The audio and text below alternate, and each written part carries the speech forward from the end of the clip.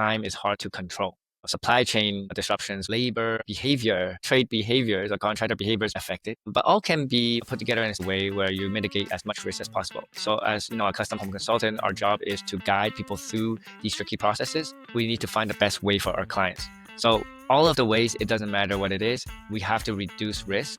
We have to remove the unknown, as much of it as possible upfront before the client, say, commit to buying a particular property. We need to make sure we do the due diligence and work with the contracts.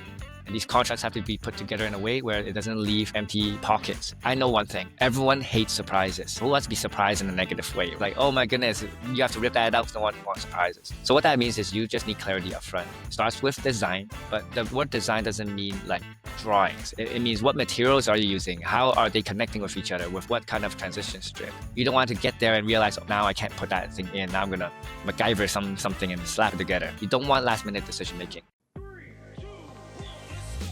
Welcome to the Ontario Homeowner Show. I'm Mohsin Lakhani, and this is the show where we get real about what it takes to own, maintain, and love your home. From renovations to raising a family, legal insights to mental health, no topic is off limits. This is about real people, real value, and real conversations to help you live better, right where you are. Each week, I sit down with trusted experts, service professionals, and local changemakers to bring you the strategies, stories, and solutions that make homeownership easier. This is the Ontario Homeowner Show, powered by the Vaughan Real Estate Advisors. Are you ready? Let's go. Albert, thank you so much for giving us your time today. How are you doing? Hey, I'm doing very good, Mohsin. And thank you very much for having me on the show. Honestly, honored to be here as part of your journey and my journey. And this collaboration is going to reach a lot more viewers and listeners. And I think that's the whole point, educating homeowners, making sure that they're getting the best of this real estate economy and avoiding pitfalls and potholes. Amazing, man. That's ultimately the goal, but beyond just real estate as well, right? Like, Yeah. We would love to have homeowners live a better life in general. And with that being said, it is our pleasure and honor to have you on board. To kick things off, Albert, tell me a little bit about Kych Co, a little bit about yourself and what led you to start the company. Yeah, it's been a long journey. Journey started, I guess, when I entered the field around 15 years ago, and I entered the field in construction. I got hands-on. I learned all of the different trades. I never got really good at each one, but I understood enough about materials. I actually started off as a merchandiser, putting Home Depot products in the Home Depot bays. And I would print out the sticker and stick it on that bay. So essentially, I know every single last product because I had put together multiple Home Depot stores bays. And ultimately, at some point, we actually got to build out the Home Depot. So we did a lot of traveling, build out each Home Depot, Future Shop, and Lowe's. And ultimately, I decided at one point to go into the design side of things and project management, and ultimately opening my own business, which was in 2013. So it's been around 11 years since our birth, and it's been quite a journey. It's mainly because our city of Toronto has gone through so many different cycles already. 2.5 cycles from what I remember. We're going through one right now. And just being nimble on our toes, trying to maneuver the market changes because we were a growing brand, right? We didn't have a very specific set demographic in regards to our customers and clientele yet. And so we ended up going through a lot of commercial design and build projects, a lot of residential design and build projects. And in recent years, we've been deep diving into custom homes and multiplex conversions, which is the hottest topic right now. It is. But you know what? You brought about a great point. You've been in business for about 11 years with Kych Co, and you've mentioned 2.5 cycles. That half cycle that we've all been a part of so far has been very challenging. And I'm sure there's a lot of homeowners out there finding themselves in tricky situations. Cost of construction's gone significantly up. Yet we're hearing time and time again that people either don't want to take up jobs or they're really busy with jobs and they don't have time for more jobs. On the other hand, we've got homeowners who are saying the cost of construction has gone up, cost of goods has gone up significantly. Is there been a challenging situation you've recently helped a homeowner through? Yeah, recently we've been trying to cut down costs, and cutting down costs, there's a few ways to do it. So I'm personally a custom home consultant. That's what I claim to be, because mainly I help homeowners solve their permits and renovation issues. And one of the issues is, like you said, the increase of cost, but cost increases through material, increases through labor, and it also increases through time. And the culprit of most construction projects is that time is hard to control. It's because of supply chain disruptions would affect it, or labor behavior, trade behaviors, or contractor behaviors may affect it. But all can be relatively put together in such a way where you mitigate as much risk as possible. So, as you know, a custom home consultant, our job is to guide people through these tricky processes.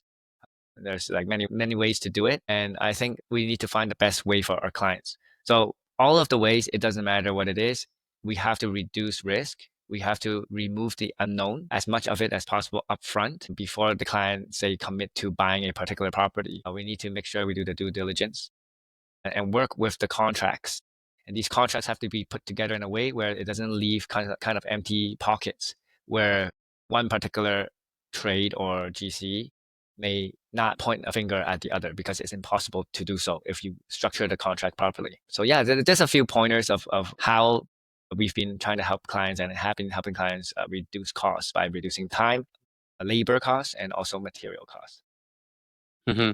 You brought up a great point about essentially working with the homeowners or people who are buying homes to do custom design and development there with regards to permit applications and stuff.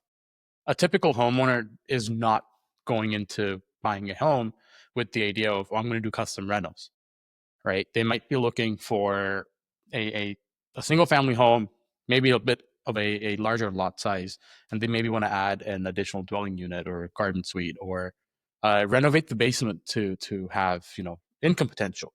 Now they're doing all of that, and they're thinking, you know what? I'm hearing a lot about this. I'm just going to take it upon myself and do it. What are the issues that can potentially arise if they're not going through the permit process, if they're not going through the, if I may say, the legal avenues provided by the city? I see. Well, let's talk about the permit process first. There's a lot of scenarios where you actually don't need a permit. But if I were to summarize in a very high level, what would require a permit, it would be anytime you do something structural, or you're adding a specific space to a room by adding four walls, or moving a piece of plumbing from one location to another. These are very specific scenarios where you definitely need to get a building permit. Things that you don't like are generally, for example, replacing floors, repainting the kitchen, or removing the kitchen and replacing the kitchen in the exact same spot. Therefore, just reconnecting plumbing and reconnecting a few things, but not shifting it. The moment you shift something, technically, black and white, you're supposed to get a permit. But these bylaws sometimes are very dated and sometimes very highly unreasonable. So I do find that a lot of owners opt out, but the risk that they incur is that what if something happens, right? That something happened could be, what if it flooded? And then they realize, hey, you did something that you didn't pull a permit. Well, the insurance company is most likely going to find that because they're trained to, and not pay out, right? And on the other side, let's just say no damage, no crazy things are happening, but someone with a hard hat, a white hard hat, comes through the door knocking and say, hey, what are you doing? Right? I see a huge garbage bin outside. Clearly, you've been doing some major renovations, because just by looking at the debris, an experienced investigator, inspector will be able to tell, boom, like right away. And therefore, then you have to, after the fact, get permits. And it's always tougher because maybe you've already closed up all the walls. Now you have to open up walls. Some people very strategically do it where they take pictures before they close the walls. And some people say, you know what, I don't want to get a permit, but I'm going to do the engineering and everything for it first. All we can say is, hey, homeowner, this technically you should get a permit for. But if you totally opt out, then both you and the contractor may take the risk that the inspector may slap a fine on you.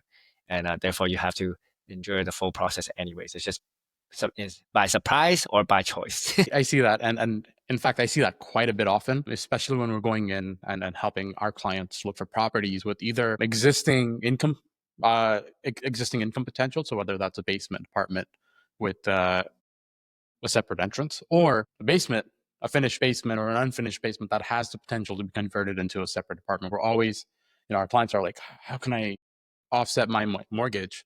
And the quickest way we answer that is, well, let's look at basement apartments as a way to do that.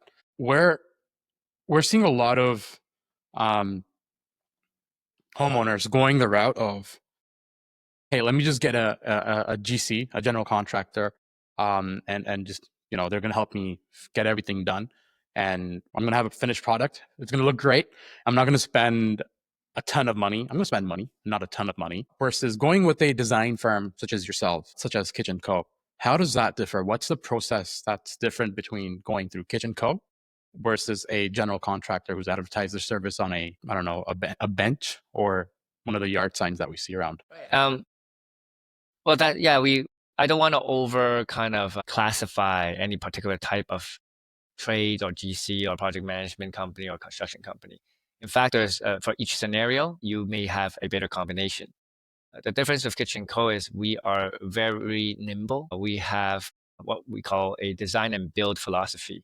So we think that any client deserves to have full information upfront before they pay any money. Is because you need to understand all of the design and all of what is going to happen in construction as far as cost and timelines are concerned.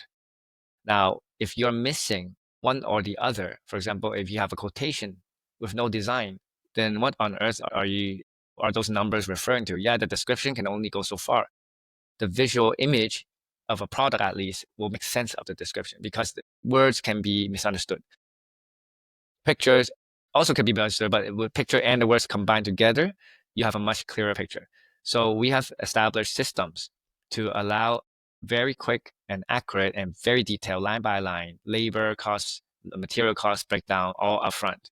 And we pair it up with automatic design reports that we also, a part of our system, gets pumped out. So when you review our quotation, you'll be able to review without paying a single cent, everything you need to know about your project upfront. And so that's one of the key differences. We invested in processes and in technology in order to provide our clients clarity. Right. And so, project managers can do that. General contractors can also do that. Trades can also do that. But how consistent, how accurate, and what if there's a change order? And this is where, crap hits the fan. Is because now imagine you were a single trade and you're working all day. Can you imagine that trade going home and immediately doing all of that stuff day in, day out? What if these change orders are happening live, like throughout the day? Now, if you had a GC and the trades are working on site and the GC is controlling it, maybe he can do it, right? But if you are doing project management, then you're not doing your GCing work, like, managing manpower and people's energy levels and making sure they've got the materials on site, etc. So I saw that there was a problem like this, and going through my journey of learning this trade, whenever a change order happens, I'll leave it till later. I'll leave it till the end of the week, and that becomes 2 weeks, 3 weeks until the client says, "Hey, how much money did I pay up to date?" And now you have to take the whole day off because you've got to answer your client, right? Meanwhile, chaos is happening on the job site, and I saw this repeat and repeat and repeat. So I recreated all the system. I refuse to use the big box stores as project management systems because I think they're way overpowered. It forces you to hire a university student to sit themselves down all day, every day, and update meticulously a waterfall style management thing that doesn't communicate with any other tools that are critical for our project success. So we took it apart and we put it back together. That system is called Contra. It's not yet released for subscription yet, but will be in due time. But currently, we are beta testing it through our own clients. And so far, the results have been proven great success. So ultimately, I can have one of my project managers run multiple sites and provide live information to both client, trades, and internal staff, all by using one tool. Wow. When that happens, what we call is an enjoyable process for all. So that's one of our mandates. I want to make sure that all people, all parties, that includes client, internal staff, and trades, are having an enjoyable time. The moment someone is disgruntled, I know something broke in the process, and therefore I must find the culprit. What is the root cause, and apply another mini process to resolve it. And sometimes you got to overdo and then break and then redo, and it's a process. So it's been 2 to 3 years in the making, and combining all a decade of experience from all parties in our organization and distilling it to a very streamlined tool. So I'm very excited. Ultimately, we will launch that subscription-based platform for other trades and small business owners to use. And for now, just a long-winded way to answer your original question, that's a little bit how we differentiate ourselves from other companies. I think that level of minute clarity, it goes beyond just, hey, this is how much you have to pay, or this is how much we've used, this is our timeline. Like that level of clarity, I'm sure homeowners are really thankful for, and definitely a testament to the way you guys deliver day to day. But tell me a little bit more, Albert, about just the building side of it. Beyond just providing that clarity, is there any other services you guys provide, whether chargeable services or just the service throughout the process? Yeah, so if I were to, I'll break it down high level first. So we first provide design services. Now, what those include is interior rendering services. I'm very, very careful not to call myself an interior designer because I am not. And if I do say so, I might get in big trouble. But we do provide interior rendering services, both to residential and commercial. People are 3D animals. So if you just provide them with a 2D reference, they might not be on the same page because it's flattened. A lot of details are flattened in the 2D world. You need to show them 3D, whether it's through a 3D modeling, high realism 3D rendering, and AR augmented reality or virtual reality 3D walkthrough. We can provide all of that. Beyond that, we have our permit services where we coordinate in-house engineers. We coordinate architects as required. Technically, they cannot be under us, right? That's how it works. But other interior designers collaborate with all sorts of consultants, a few such as topographic surveyors, boundary surveyors, civil engineers, electrical engineers, mechanical. The list goes on. But when you're building a custom home per se, or even in house addition, depending on whose jurisdiction you are in, for example, you might be in a conservation area, there's going to be reports and studies that you may need. Over the years, we've essentially tried a lot of different locals, suppliers and consultants, found the ones that work well with us, communicate great. So even if I have to offload the client, they will provide the same level of service that we provide. And that is what I'm looking for when looking for partnerships. I don't see a lot of design firms doing that actually. In fact, top of my head, I can maybe count two or three that I've come across in my span of being a realtor. And they take a lot of pride and they just stick with that service side of things. They won't essentially get into it with all the aspects. They would rather offload it to their partners because that on its own is such a time consuming task on its own that I feel rightfully so. Yeah, it's very difficult because it's human nature. You know, there's always greed, there's trust issues, there's things like that. Anything can go wrong the moment you offload a client to another party. But you'll realize real quickly if you try to do everything yourself or try to take on all the liability of putting their contract under yours, for example, that you may not have the expertise to answer some of these questions live. So then you're gonna, you know what, I'll get back to you. I'll get back to you. And that becomes a reoccurring almost excuse. I'll get back to you. How long? I don't know yet. I'm still waiting. So I try to reduce as much as possible the waiting time and the revision time. So of course that requires a lot of self-learning, and my team is constantly educating themselves, taking new courses, up to date, most innovative technology, and also updated information. Like zoning bylaws change all the time. You got to stay on top of it so that you can have high level conversations and contract detail control with other parties so that when the produce that comes out of that collaboration will end up, you know, pleasing the client himself or herself, right? So that, but that takes time. And yes, there's lots of trial and errors, and sometimes certain people can't work with others, right? You'll notice that if you go That's on my true. website, about us section, you'll see all of my team members, but you'll also see all of my corporate partners. And the funny thing you'll see is that you'll find lot of other design and build companies there. And you're like, wait a second, why would you, Albert, why would you, some people, why would you promote the other competitor? And I like to think of the world as full of abundance. I mean, quite honestly, the pie is way too big. And you shouldn't feel like, okay, he's gonna take my client, he's gonna take my client, right? Because the moment you try to expand bigger to larger projects, you're going to need to collaborate. And by that time, if you start, building relationships at that point, it's going to be too late. There's going to be so many things you got to work out, philosophy differences, behavioral differences, right? Working time differences that it may trickle down to the end user, which is the client, as unprofessional and not unified, no synergy. So by collaborating early on and using projects live, improving each time we collaborate with each other and building trust as we go ahead, the other party will also realize that, hey, this is a trustworthy company. They will stay in their lane. Although they're a design and build this particular project, they are the designer and I am the builder. And we respect that boundary, right? And it's all about mutual respect. Because at any given point, I can say, you know what, I'm going to take this client. Okay. But that's the end of the relationship. So if the right partners will see the bigger picture and open up and I collaborate. think we also work with the clients we want to work with. We're not always going to work with as many clients as we can because A, we can't get to them all. We might not connect with some clients we might connect really well with other clients. And speaking of that, who's your ideal client, and who would Kych Co prefer to serve? What kind of Yes. problems are they bringing to you? So we've always been kind of smack middle. So middle as in ultra wealthy, right? To the lower household income. We were always kind of smack middle. But 2 or 3 years ago, I saw a kind of a trend happening because of all the economic turmoil in the country. The middle class was being completely dispersed. Refinances were happening. So you've got some renovation money coming out of there, but a lot of people were foreclosing, losing their investment properties, and so on and so forth. What ended up happening is that we've got the upper tier still transacting lots of money, still doing custom homes, still doing multiplexes because they have the financing power.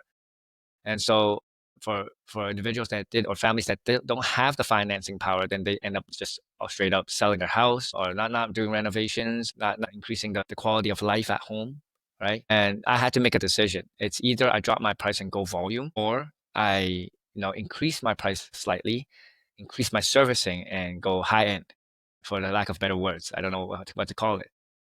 Mhm. And I decided to go more luxury. So I've rebranded myself as a luxury design and build firm. And I start working with developers, working on projects, very unique projects, such as I'm doing a project right now with Tridel, where I'm taking one of their model units and designing it the Kych Co style.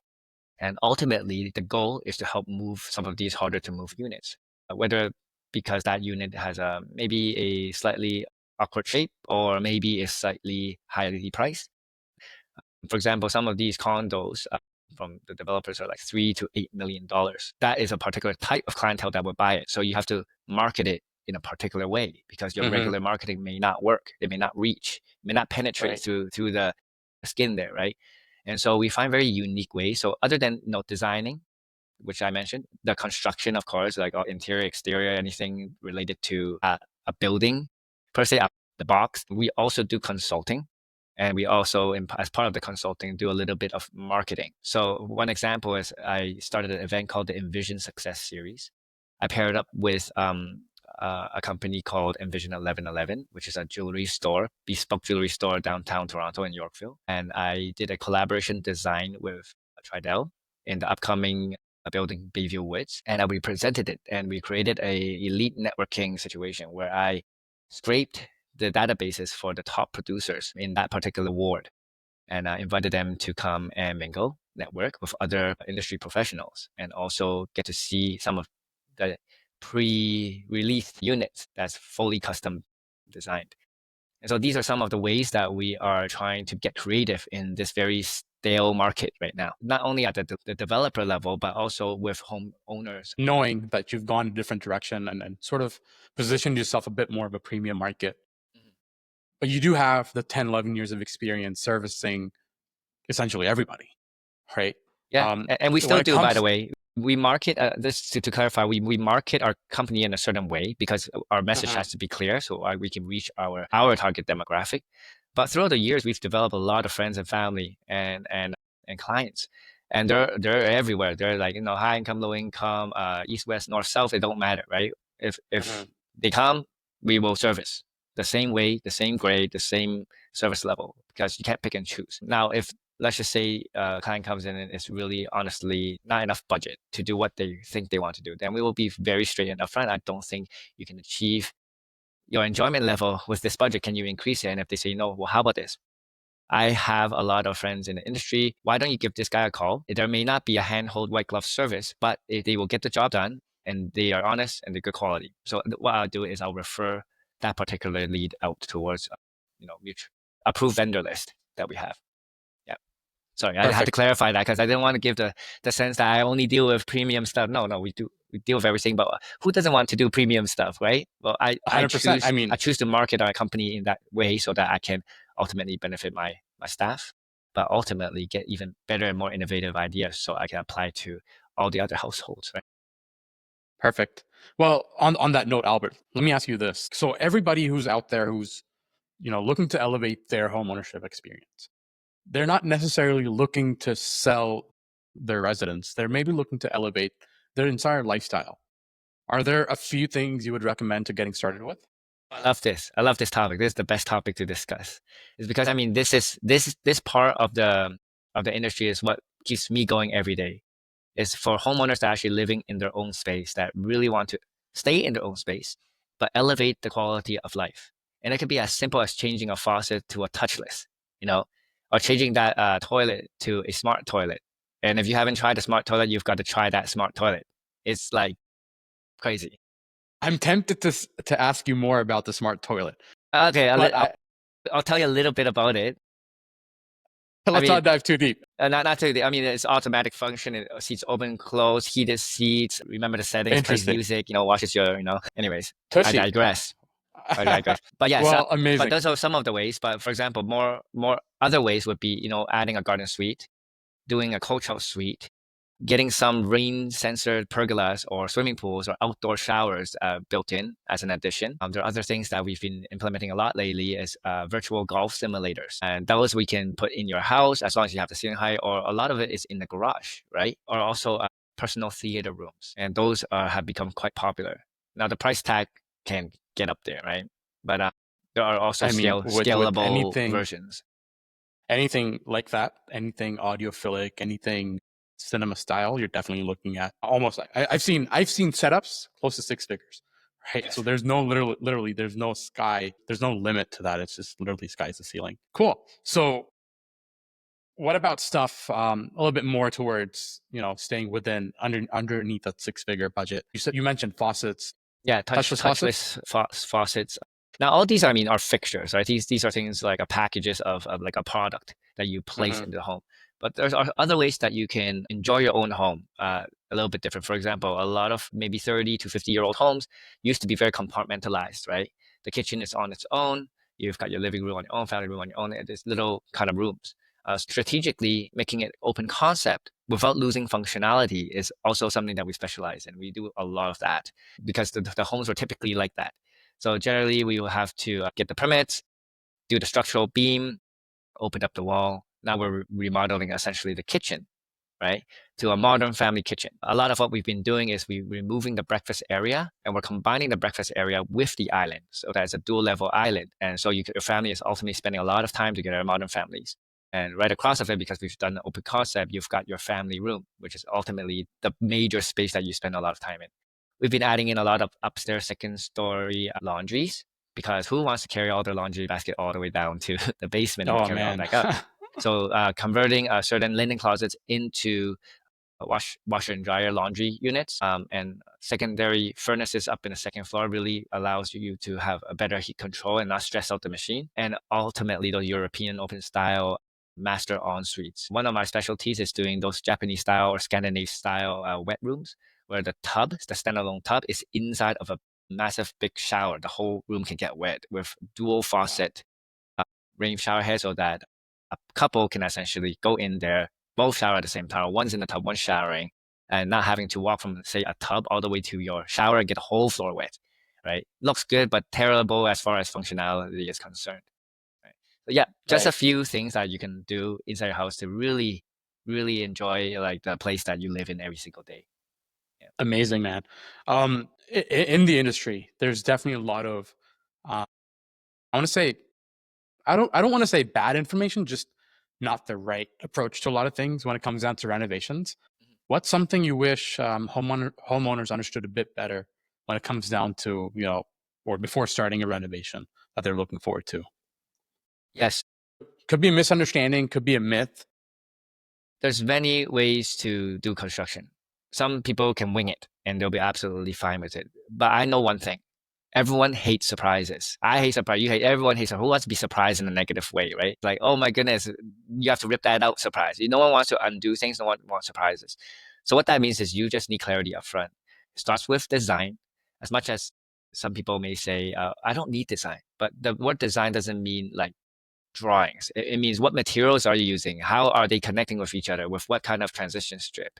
You don't want to get there and realize, oh, now I can't put that thing in. Now I'm gonna MacGyver something and slap it together, right? You don't want last minute decision making.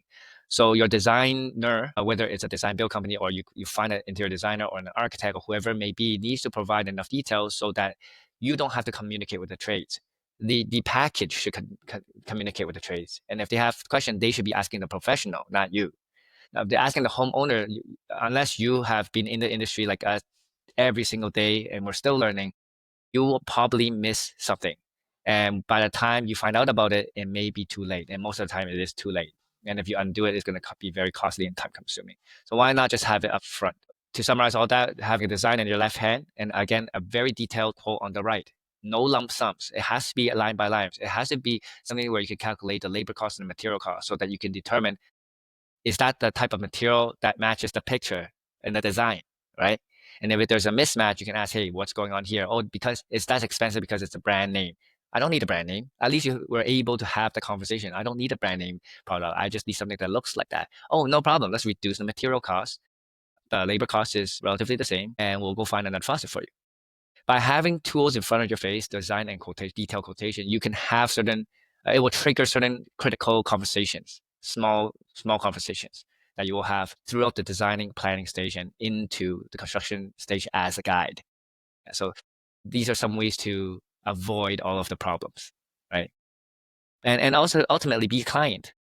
Don't try to be a project manager.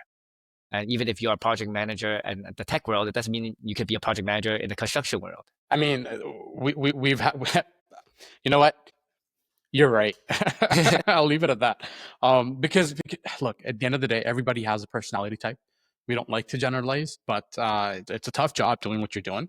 Um, but if people think they can take it on and project manage the whole gig without, surprises, as we said earlier, I would implore them to still think again, because it's not an easy gig.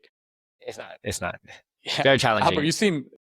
you seem very passionate, about the homeownership experience, about building where you're living, having the ability to feel peace, feel calm, feel energetic if it comes down to it, but essentially owning your space seems like it means a lot to you. Yeah, I think one of my friends in Calgary is a realtor. Shout out to Donnie there. It's like one house rule. I don't want to butcher it, but it's essentially one real estate investment can ultimately change the course of your whole financial life for you and also your next generation. One solid rental property can give you enough cash flow so that you don't have can save up for a trip, for example. It just takes one, right? And I believe in the real estate vehicle, and that's the only vehicle I believe in because I am not exactly a risk taker. So stocks might be a little bit too risky for me. I do dabble a little bit in it, but I can't control that. It moves too fast, right? I keep telling all my clients like real estate investment or the product itself, like house building or doing an addition or a building, a multiplex, 20plex, whatever it may be. It's like a school bus. There's 50 people on board. If you suddenly want to do a right turn, you can't. The bus will flip. You need to slowly signal 3-point turn, 5-point turn to turn, and everyone hold on to your seats because no seat belts, right? It's not like a Porsche where like a stock would be compared in my mind like a Porsche, right? Like boom, you can turn the opposite way, like it's a split second, right? 0 to 100 real quick. And so I like the fact that it is a school bus, in fact, because if you have a team of technicians, I should say, project manager, trades, designers that work cohesively together, you can outmaneuver the market, or you can outmaneuver that vehicle. And so it gives you a chance to breathe. Now, if you screw up, though, it does also take a long time to fix. So you can't just have the good side. You also have to consider the cons as well, right? The school bus, if you go the wrong way, well, good luck, right? But again, if you have a good team, the chances of you outdoing the market and outdoing the problems that a construction job will give you will be much easier. Amazing. I mean, aside from the real estate investments side of things, what's your personal experience been like being a homeowner here in Ontario? It's a struggle. So when I decided to sell my properties, I've grew up in, from Scarborough to Markham, Markham to Richmond Hill, and I've always lived there all my life, right? Everything was within 10 minutes drive. Awesome. At some point in time when there was a huge boom cycle, the last boom cycle, I decided to ask me and my brother and my whole family to sell all their properties and move to Stouffville. And I love Stouffville because it's a very diverse culture there. They have some of the best French immersion speaking schools, which I really like my sons to learn. And it also had a lot of land. And these lands were much bigger for the right price. So I bought my property and it was about to, do a full out addition and get this bungalow to turn into a 4,000 square foot custom home. But then the market completely dipped. So thankfully for me, I purchased it at the right kind of time. But now I don't no longer have well, the market is not ripe to do this thing because it requires like a margin for you to refinance so that you can use some of the funds to build. But as a homeowner, that was very stressful because I had so many hopes and dreams. But guess what? We adapt, we learn, and we grow, and we adapt to new goals. Now I still love living in that bungalow, and the backyard is massively huge. I take out my golf club sometimes and chip at the fire pit. It's generated kind of a different type of lifestyle. But I see a lot of trends of people going from the downtown core, coming uptown, not just over to Stouffville, but uptown north of Vaughan, like up north of the 407, because they are all growing their family and they want to have the larger lands and potentially have huge dogs. Bigger land is very important. Fresher air, less traffic, right? And by the way, the sixplexes are coming to the downtown core. And when that happens, all of the custom home ripe lands will reduce in price, right? The density is going to get massively epic. And I don't think that DVP can handle it. I mean, we already call it the Don Valley parking lot. It's going to be on a standstill. It's going to be gridlocked. I honestly don't know how we're going to deal with it. But these are some of the challenging times that we're dealing with. And I'm hoping that by providing our clients some upfront information, hell no to Stouffville might be maybe I'll consider it. Like I'm just using Stouffville as a reference to a farther off location. But these are some of the things that people have never even considered are considering now. And as a homeowner, these are challenging but yet exciting times. So if you keep a positive attitude, talk to the right people that can guide you through the process, you will enjoy the process, hopefully. Thank you for that insight. I have one last question, Albert, if you might entertain me a little bit more. How has your own experience being a homeowner influenced the way you approach your projects and essentially your relationships with clients? Yeah, by being a homeowner, you can put yourself in the other person's shoes, right? You can imagine if, let's just say, after a hard day of work or whatever it may be, you go home and what's the first thing you want to do? And you kind of put yourself in that, right, in their space and say, uh, and what if you have kids, right? I have kids. I have two kids, 11 and a 4-year-old. Without the proper storage solutions, all those toys are going to be ending up on the floor. You're going to be stepping over Lego, and that's the most painful type of pain, I tell you, stepping on Lego, right? Yeah. Just that one on one yesterday. But anyways, yeah, the proper design solutions will give function and purpose to each space, no matter how tiny. I was just to give you an example of how tiny, like I was in Hong Kong and I was hired to design some of those kind of like chopped up rooms. We call them chopped up rooms. It's a room, let's say 1,100 square feet, but 7 families had to live in there. So within 150 square feet or 100 square feet, sometimes you had to fit 3 bunk beds, a kitchen, a washroom, and a shoe spot, right? And so like you learn to utilize every vertical inch, literally every vertical inch, and of course horizontal space in order to fit that. Now I'm not saying that we do that here. It's just that was a very unique experience a long time ago, but we apply some of that by giving purpose to a lot of wall spaces. I referred to earlier functional modern open concept space is because sometimes open concept is not the best. It's cool to look at someone's like villa, in Miami, Florida, but honestly, as a full-grown family, you need some privacy and you need walls to put things up against. When everything's a little bit too open and you're not constantly making it clean, a full-time cleaner, it's going to be a mess, let's just say. And so we like to work with all of our clients' individual needs and wants. Sometimes they don't know the difference. We give them a little bit clarity. I often find myself as a marriage counselor too, trying to diffuse arguments of what color the wall should be or how much space should I get in his or her closet. And generally, she always wins, right? So, but that's some of the fun times, the memorable times, and the challenging times that I deal with as a homeowner, but also relating to other homeowners as they go through the process of designing their custom space. Amazing. Albert, for anybody listening in today, where can they find you?